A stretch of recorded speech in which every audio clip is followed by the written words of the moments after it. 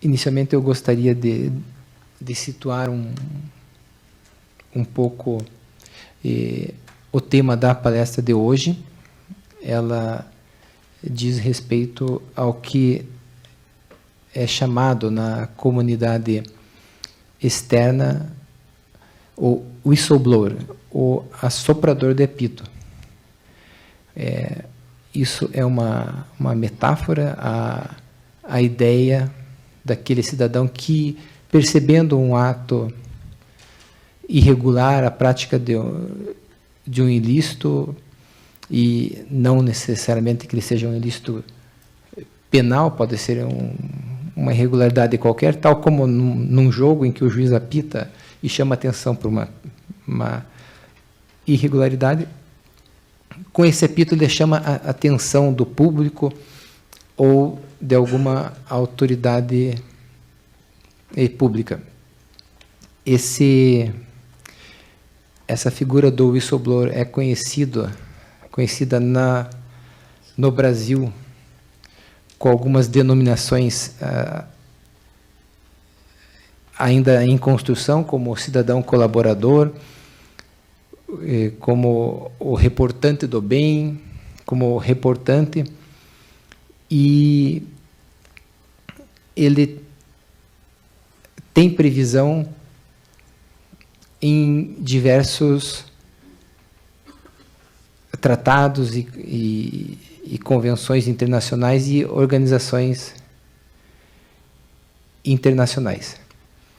No âmbito internacional, a figura do whistleblower ele está ligada ao direito de livre expressão.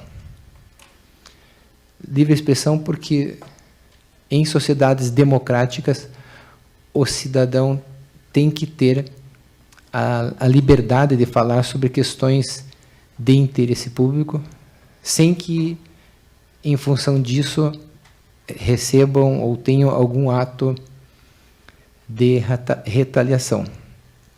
Eu, recentemente, consultando o New York Times, observei que a Boeing, uma das maiores construtoras de aviões do mundo, viu-se envolvida na sua maior crise econômica e financeira após 2 aviões de sua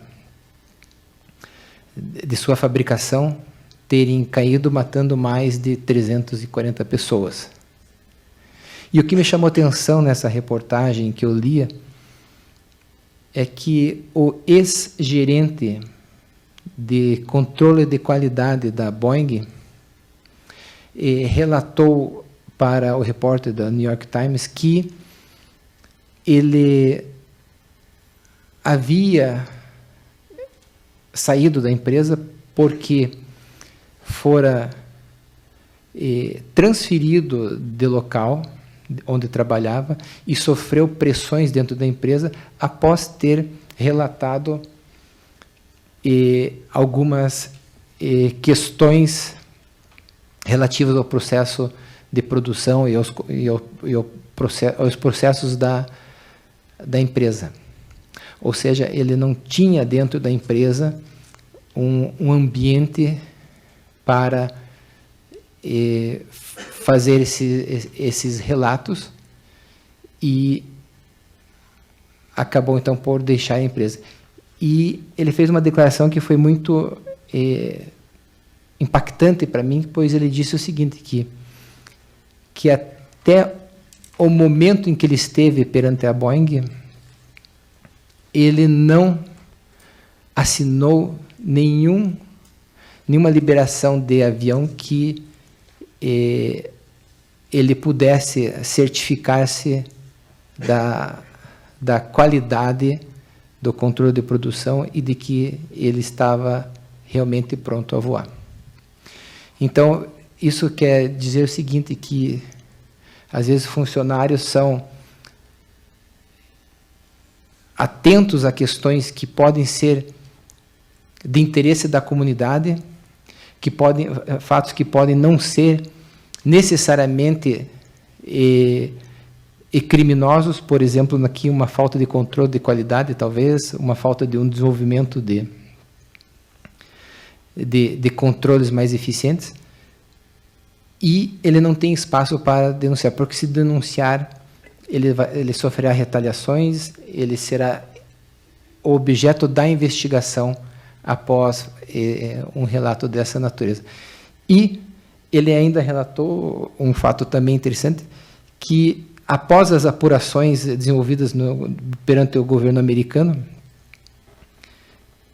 percebeu-se que talvez os órgãos americanos que tinham incumbência do controle de qualidade de produção de aviões, de aprovação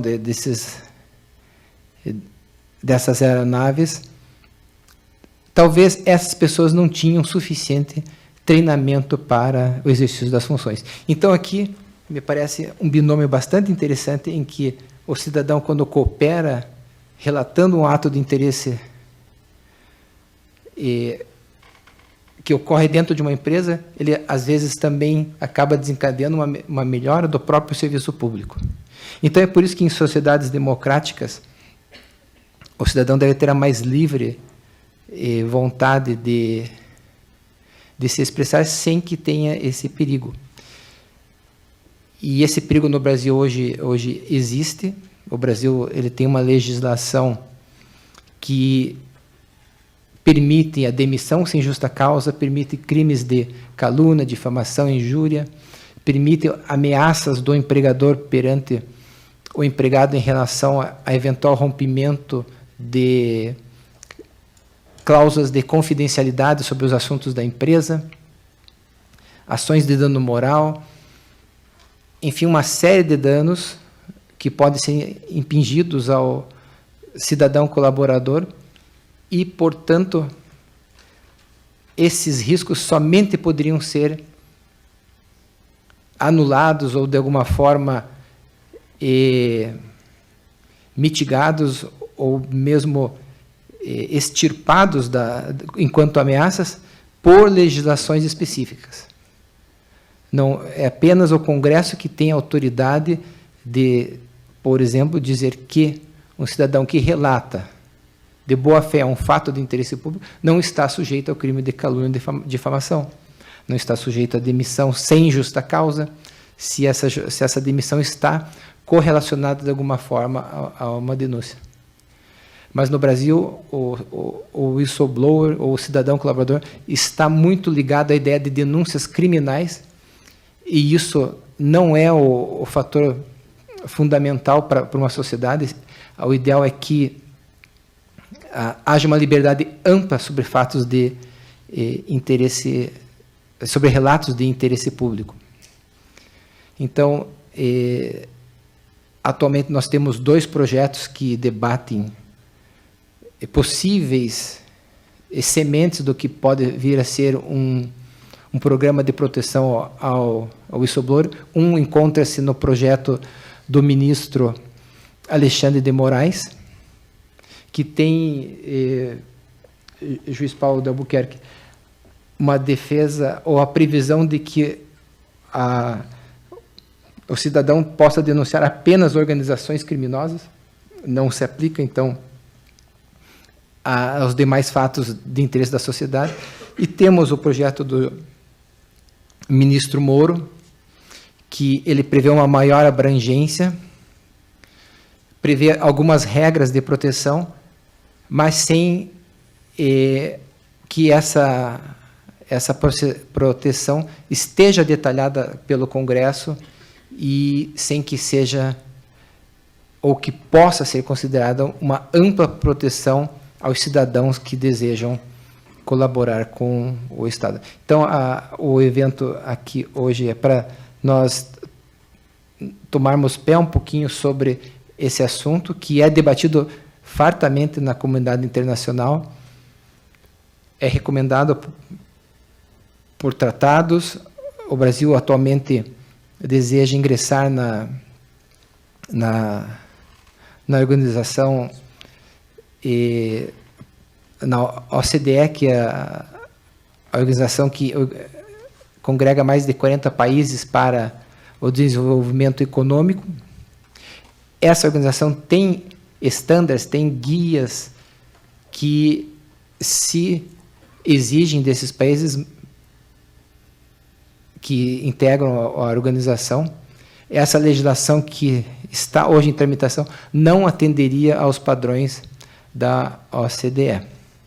Enfim, esse é um tema que o Brasil ainda precisa debater bastante, e o Congresso precisa ser melhor sensibilizado sobre essa questão. O cidadão que colabora não pode ser visto como um cidadão, como um mau cidadão, como um dedo duro, como dizem, mas sim uma pessoa que tenta colaborar com a sociedade de boa fé e deve merecer proteção.